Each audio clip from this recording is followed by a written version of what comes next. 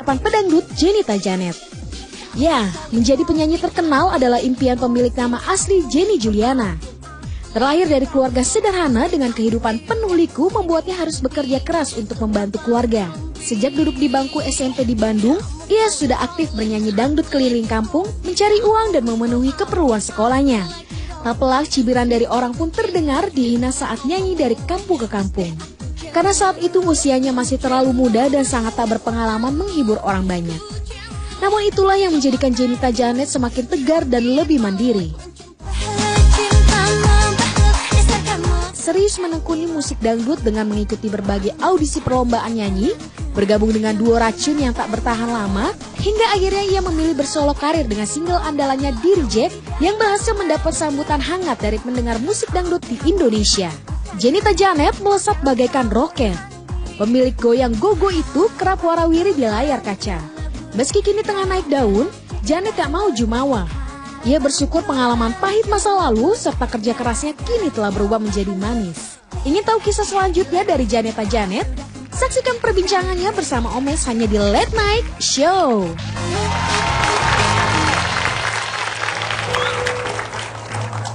Ya, itu tadi sedikit profil tentang Jenita Janet. Tapi tadi kalau kita dengar sedikit ungkapan dari seorang Jenita Janet, katanya kesuksesan itu tidak semudah membalikan tangan, katanya kan. Nah, emang sejauh ini dengan yang kamu raih, apakah kamu sudah merasa sukses atau masih jauh dari kesuksesan? Kalau merasa sukses, karena sukses itu nggak ada tolak ukurnya gitu, Sebelum Janet ngerasa bisa menjadi bermanfaat untuk orang lain tuh belum sukses. Wah. Oke, ini kita lanjutin lagi. Kalau tadi juga dengar cerita, Janet ini berasal dari keluarga, ya dibilang pas-pasan lah, bisa dibilang begitu. Tapi katanya tidak menyurutkan seorang Jenita Janet untuk membantu keluarganya. Emang waktu itu usaha apa yang Janet lakukan untuk membantu keluarga? Sebenarnya gini, aku tuh tipe orang yang nggak bisa nggak terlalu banyak nuntut sama orang tua gitu. Terus emang aku kan anak pertama dari 2 bersaudara. Kedua-duanya tuh cewek. Jadi pas kondisi ke ekonomi keluarga lagi agak-agak nggak balance ya gitu, sampai kenapa ini ya, kok kita tiap mau makan kok harus ke tempat uak dulu, bude gitu, kita makan yuk ke tempat bude. Kenapa sih udah 4 hari begini mulu gitu kan, sampai akhirnya oh ternyata enggak. Jadi itu yang memotivasi Janet gitu, ketika kita nggak ada beras di rumah gitu.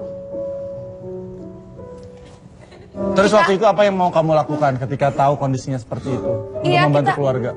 Sebenarnya ya motivasinya ya kita nggak bisa berubah kalau bukan diri kita yang merubahnya itu sendiri gitu. Jadi aku sering bolos sekolah, kadang-kadang nggak punya ongkos gitu. Sampai akhirnya aku curi-curi ilmu, ikut teteh yang nyanyi dangdut keliling. Aku ngeliatin jadi penyanyi dangdut keliling tuh kayak gimana sih gitu. Walaupun aku sama sekali nggak bisa nyanyi dangdut itu palas banget gitu, nada-nadanya tuh nggak masuk gitu, mana nggak bisa joget dan segala macam. Tapi karena sering aku mengorbankan waktu sekolah, sebenarnya nggak boleh dicontoh ya. Cuma aku pikirnya gini, kalau aku nggak punya bekal, aku nggak akan sekolah selamanya. Jadi lebih baik aku mengorbankan waktu beberapa hari buat curi ilmu, tapi buat sekolah aku sampai lulus. Sampai akhirnya aku sempat buat hasil nyanyi itu yang cuma dibayar 20.000. Aku kumpulin buat bekal 5 hari gitu. Tapi alhamdulillah di sekolah aku tuh ada guru yang sayang banget sama aku. Waktu itu guru olahraga gitu. Kenapa sih Nat? Setiap istirahat tuh kamu di kelas mulu katanya. Terus? Itu kenapa katanya? Aku ya selalu enggak. Saya puasa hari ini gitu. Padahal aku harus ngatur 20.000 itu harus cukup buat 1 minggu misalnya. Karena buat bekal ongkos juga gitu. Ya. Kamu harus naik angkot atau jalan kaki dari rumah ke sekolah? Karena jauh juga sih. Kan perjalanan dari rumah ke sekolah tuh sekitar 1 jaman. Jadi ya buat ongkos aja itu udah habis sekitar 7.000-an gitu. Jadi ya dipas-pasin aja, kadang-kadang nebeng teman gitu. Walaupun banyak orang yang gak mau gaul sama aku karena aku penyanyi dangdut.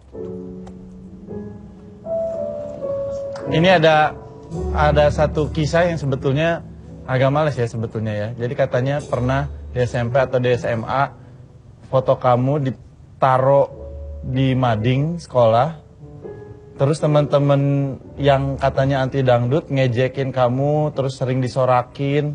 Iya, jadi nggak sekedar cuma ditempel di mading sih. Jadi karena mereka tahu pernah lihat aku benar-benar sangat gini ya, terpaksa pas ada di hajatan gitu. Ternyata yang punya hajatnya tuh teman aku yang suka ngejek. Dan aku mau nggak mau harus tampil dong di depan dia gitu kan.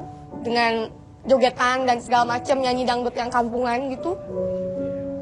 Ya, aku harus berani berkorban, malu lah gitu. Karena ya udahlah, kalau aku pikirnya gini, kalau hidup itu nggak makan gengsi gitu. Kita makan beras, makan nasi gitu. Jadi ya udah, aku nggak gengsi. Tapi sampai akhirnya besoknya tuh jadi rame di sekolah gitu. Ini foto si Janet nih, bajunya kampungan katanya gitu. Terus jogetnya begini cuma buat dapat saweran. Makasih sayang.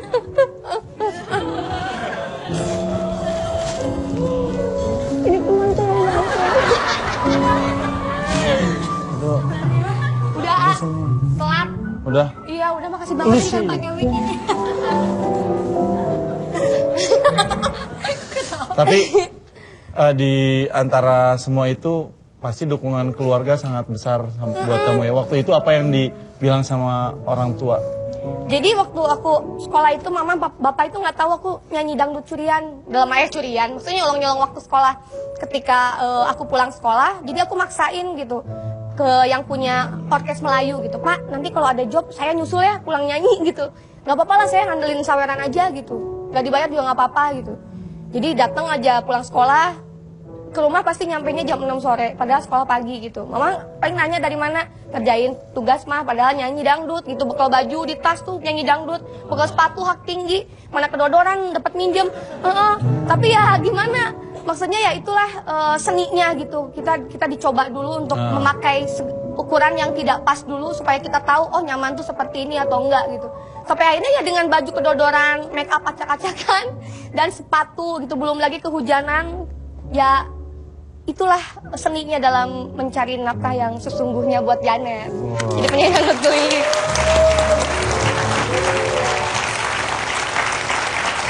Ternyata emang banyak kisah yang bisa diambil dari balik wig seorang Janet yang sekarang menjadi trademarknya, menjadi orang mengenal dia mungkin tidak hanya dari bakatnya, dari nyanyinya, dari lagunya, dari goyangannya. Tapi selain orang tua ada juga orang yang katanya cukup berpengaruh besar dalam karir seorang Janita Janet. Siapa?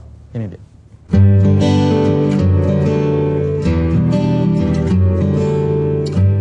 Ketika audisi pergantian personil Dua Racun. Jadi ketika itu Gina datang ke rumah untuk minta bantuan untuk memilah-milah siapa sih pengganti yang keduanya nih gitu. Tes tuh di rumah saya joget-joget, nyanyi-nyanyi. Ini anak memang ada daya tarik gitu loh. Menghibur, terus tekadnya juga kelihatan ingin majunya tuh ini banget ambisinya besar pokoknya untuk jadi yang berhasil dan jadi seseorang.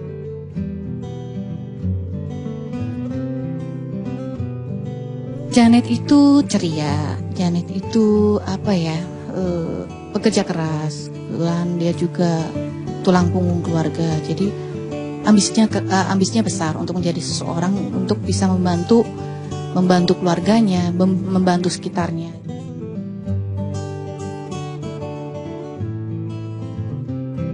Ya, kita sih berdua sama suami sih kadang suka menasihati dia untuk lebih legowo, lebih banyak berpikir positif itu. Pesan dari Dedi.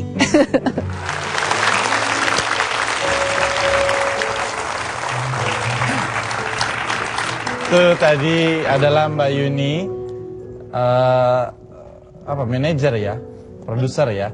Iya, tapi buat Janet sih dia lebih dari itu. Dia udah kayak orang tua kedua di Jakarta itu.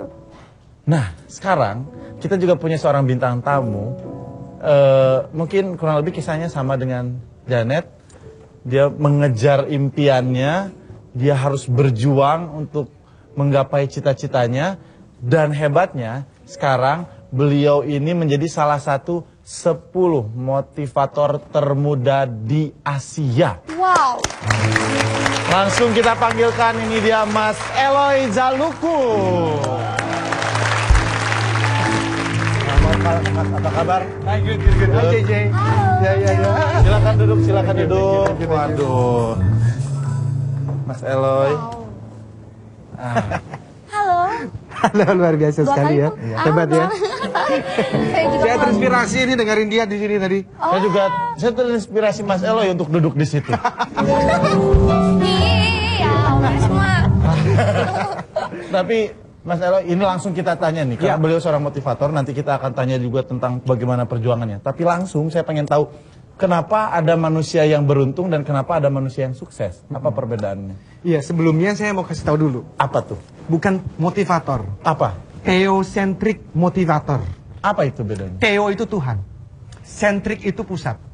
Motivasi itu adalah di mana kita berjuang sekuat tenaga.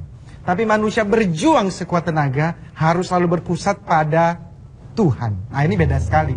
Jadi di luar sana ada anthropocentric motivator, betul, ada theocentric motivator. Anthropocentric itu adalah motivasi yang hanya berpusat pada diri manusianya saja. Aku bisa.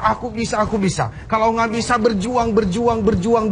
Harus sampai bisa, good. Tetapi manusia mesti tahu ada faktor Tuhannya. Jadi manusia sudah berjuang, tapi pada waktu pulang malam bersujud sesuai dengan agamanya masing-masing. Tuhan, aku sudah melakukan segala sesuatu yang bisa kulakukan. Hasilnya terserah Tuhan, aku mau tidur. Nah, tapi kalau yang itu tadi balik lagi Ya, pertanyaan awal. keberuntungan. Manusia sukses dengan manusia yang beruntung. Iya.